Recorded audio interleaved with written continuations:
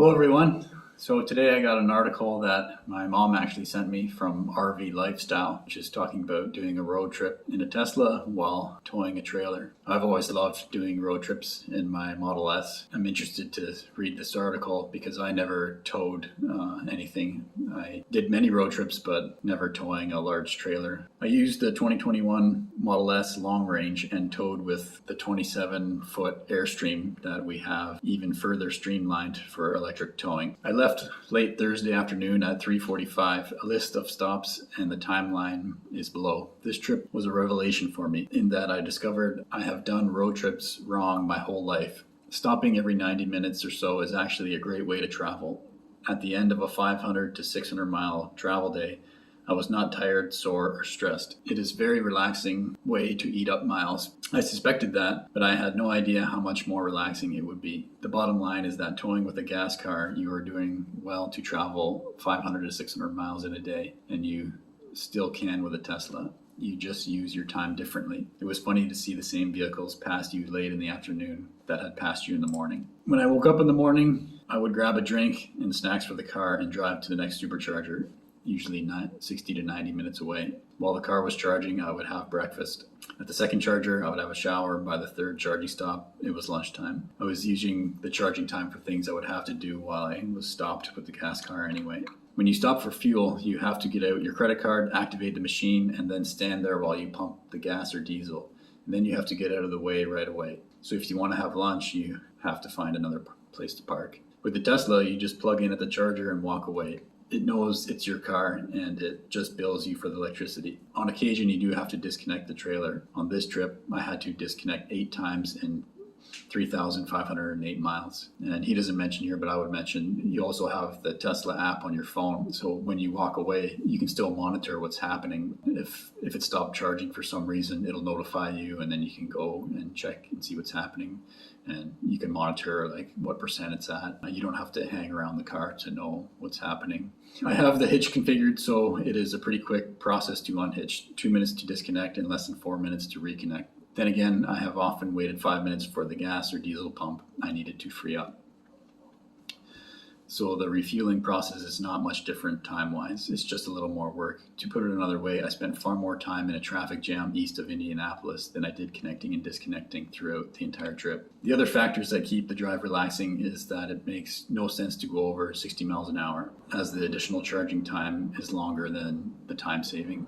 You're rolling along in the right lane, rarely having to pass anyone, just the odd truck. When you do need to get over a lane, the acceleration is almost instant, so merging is simple. Navigation is easy with the giant screen equipped with Google Maps. Just touch the lightning bolt and the locations of the superchargers pop up. Touch the one you want and navigation starts. The navigation gives you an estimate of the battery power remaining when you arrive. It is optimistic at the start of the segment, but gets more accurate as you drive. I imagine this is because he was towing and the car, especially a Model S, is not made for towing. It didn't expect the usage to be so high, so it was probably way off on its calculation. But then as he kept driving, it would see that the usage is very high and adjust as he went. As you approach the charger, the battery temperature is automatically optimized for fast charging. Tesla's network really is fantastic and getting better all the time. I never found a charger that did not work. I have completely given up on other chargers as they are too much of a hassle and unreliable. Yeah, this is a point that anyone who hasn't experienced it won't know about. Tesla superchargers and Tesla chargers in general are so easy to use. But if you go to a non-Tesla charger, you could have a very poor experience.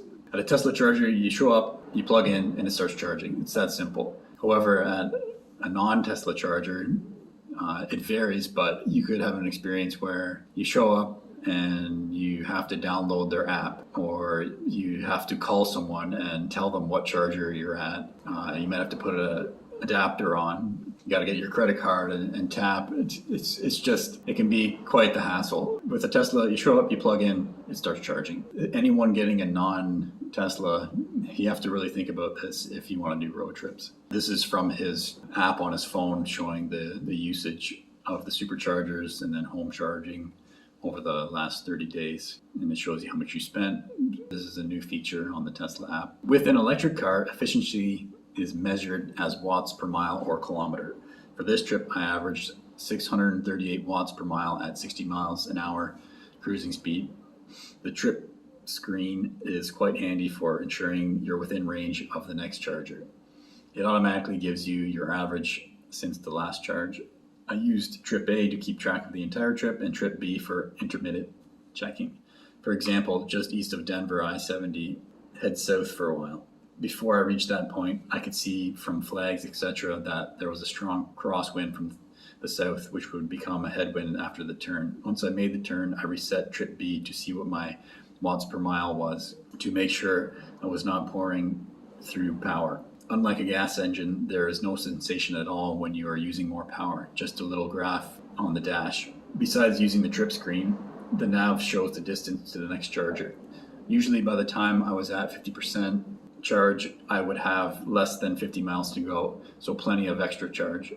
I could see this comparison anytime at a glance, so it is easy to keep tabs on your power consumption. The trip out to Denver along Interstate 80 was simple, so I thought I would take a more challenging drive home along I-70, which is much busier and goes through several large cities. I would also be driving home over the weekend in July when the chargers are at their busiest.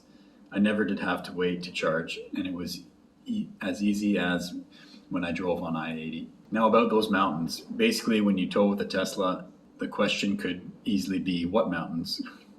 Tesla just doesn't have any problems climbing these grades.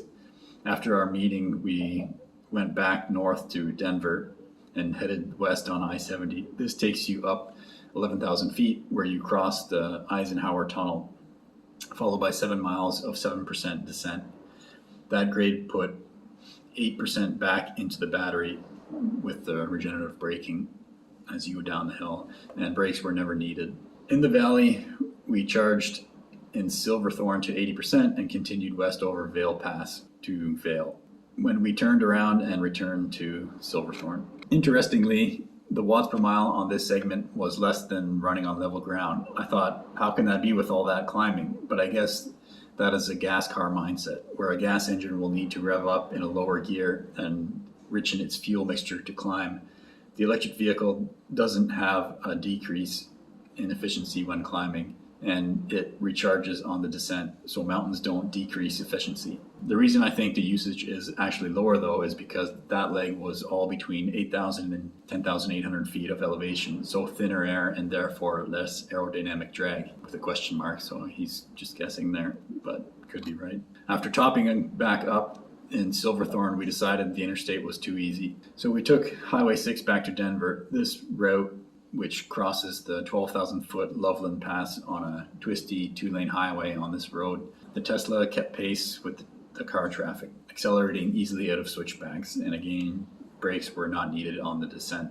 As you can likely guess, everyone asks what your range is, but now I understand it really does not matter that much, as you rarely use the entire range anyway. Nowhere on this trip would I have had a problem towing with the Model 3 with its 75 kilowatt battery. Ironically, after everyone asking me about the range all the time, I saw a trailer on the side of the road in Kansas. It was 43 degrees Celsius, and the fellow was starting to walk to the exit 3 miles away. Turns out he was out of gas, so I gave a lift to a person out of gas to the station in the electric car.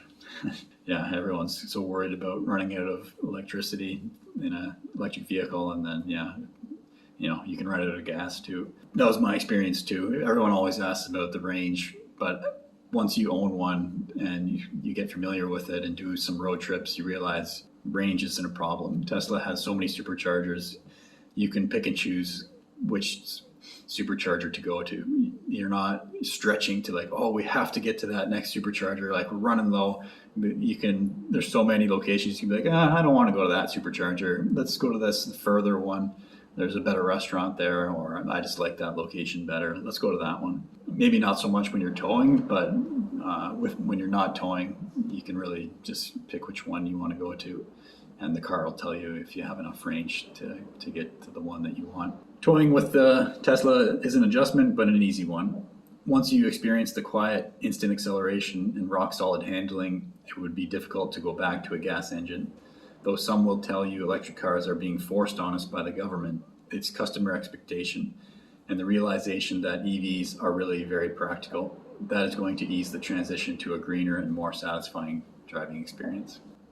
So yeah, that's an interesting article about doing a road trip while towing a trailer in a 2021 Model S long range.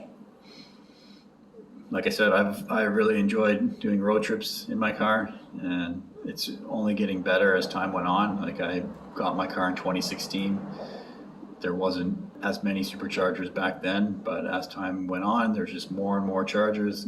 And now going through the States, like I said, you can pick and choose the location that you want to stop at. You don't have to stretch to get like, oh, we might not make it, we got to go to this supercharger.